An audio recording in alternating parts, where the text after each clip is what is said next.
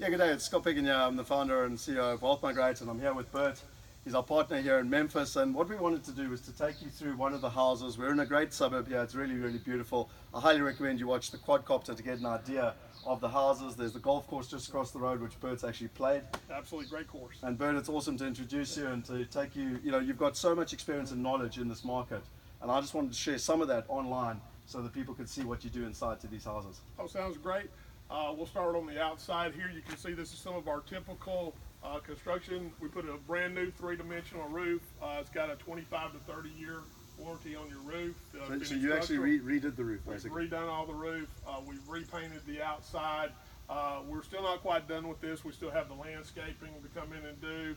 And as we go inside, you'll see we still need the cleaning, but we'll walk you through a few of the things that we normally do to a house. So let's go on in.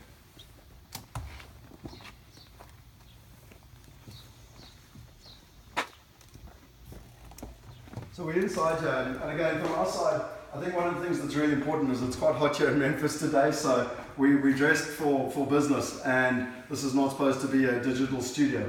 So I think one of the things that I just wanted to, and having a lot of experience, having helped over 400 people invest in properties here in America, one of the things that I've learned is that this is ultimately a house that's going to be for a tenant.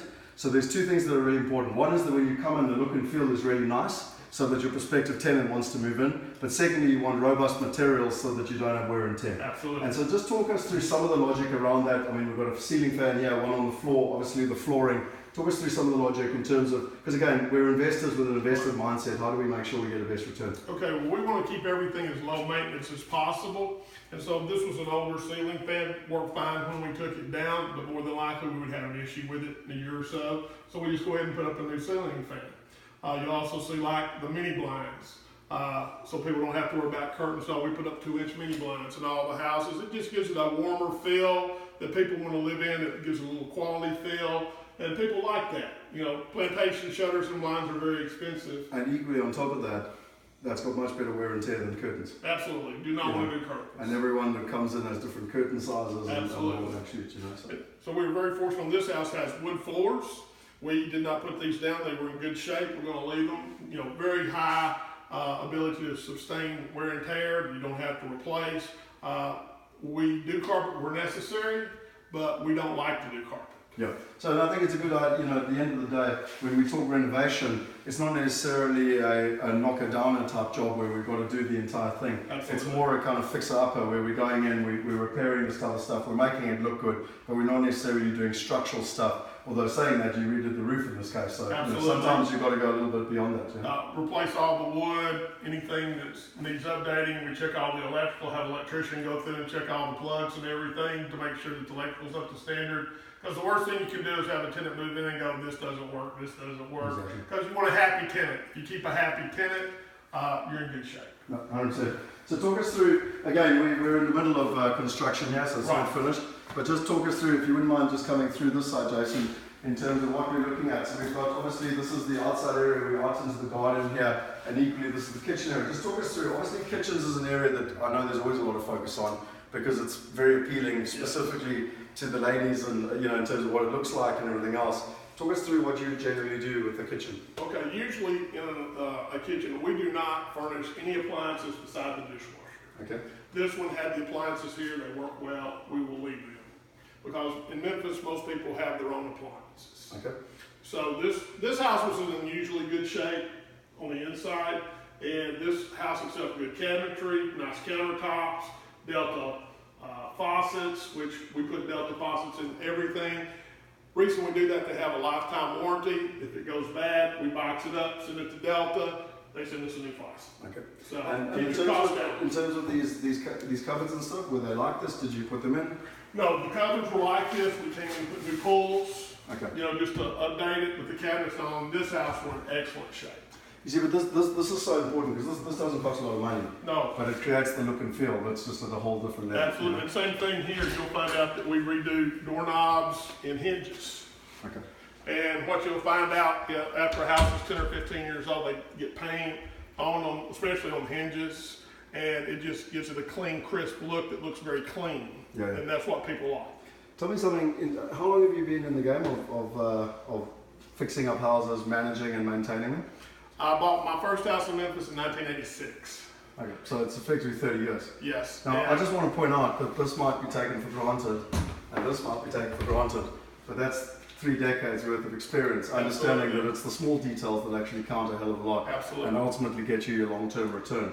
And for us, we always say we don't invest in properties, we actually invest in people, and this is a classic example of that. You know, I've dealt with, unfortunately, too many people that try and skimp on this type of detail because they can save an extra buck, and long term it comes back to haunt you because now you've got maintenance on the property, you've got consistent tenants moving out, so you've got all the costs associated with that. And these little finer details are the ones that actually count more than anything. Absolutely. And what you're looking for in any market segment you're in, whether it's a type A property, which this is, B or C, you want to have the best rentable house in your group.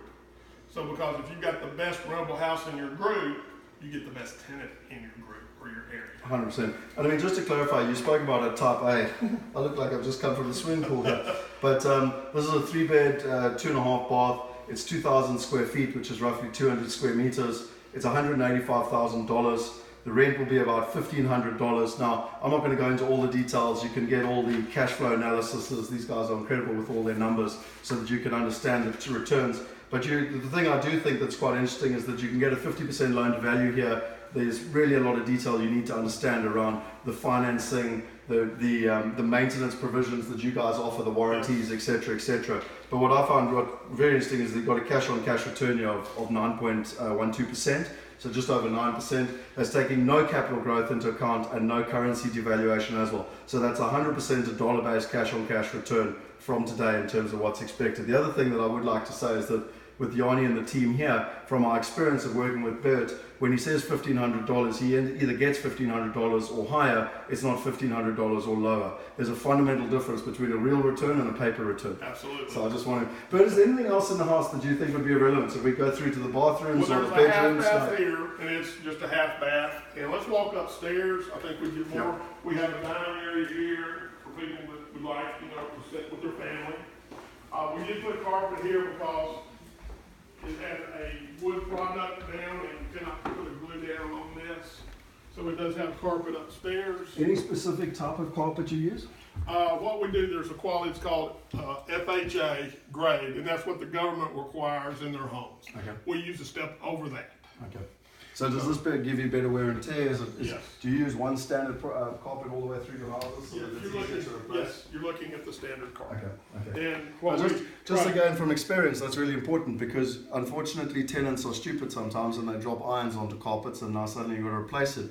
If you use one carpet throughout all your properties, it's very easy to replace it because you know what the standard carpet is. Right. Sorry, these are little details I've learned after doing this 2,500 times. Also, another thing we do is we have 2 standard paint colors.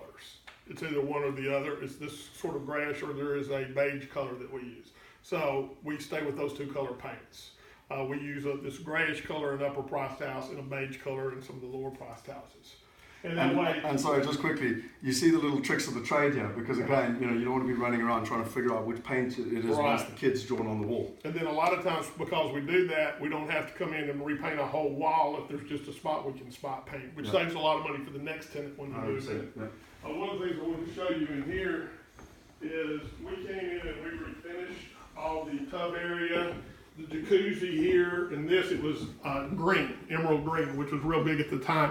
But it is very much a detriment now for people looking at their home. So we came back with a bone neutral color. Did you have to replace this? Or? No, we refinished it. We have a guy that refinished it. It's a new epoxy that you put over the top.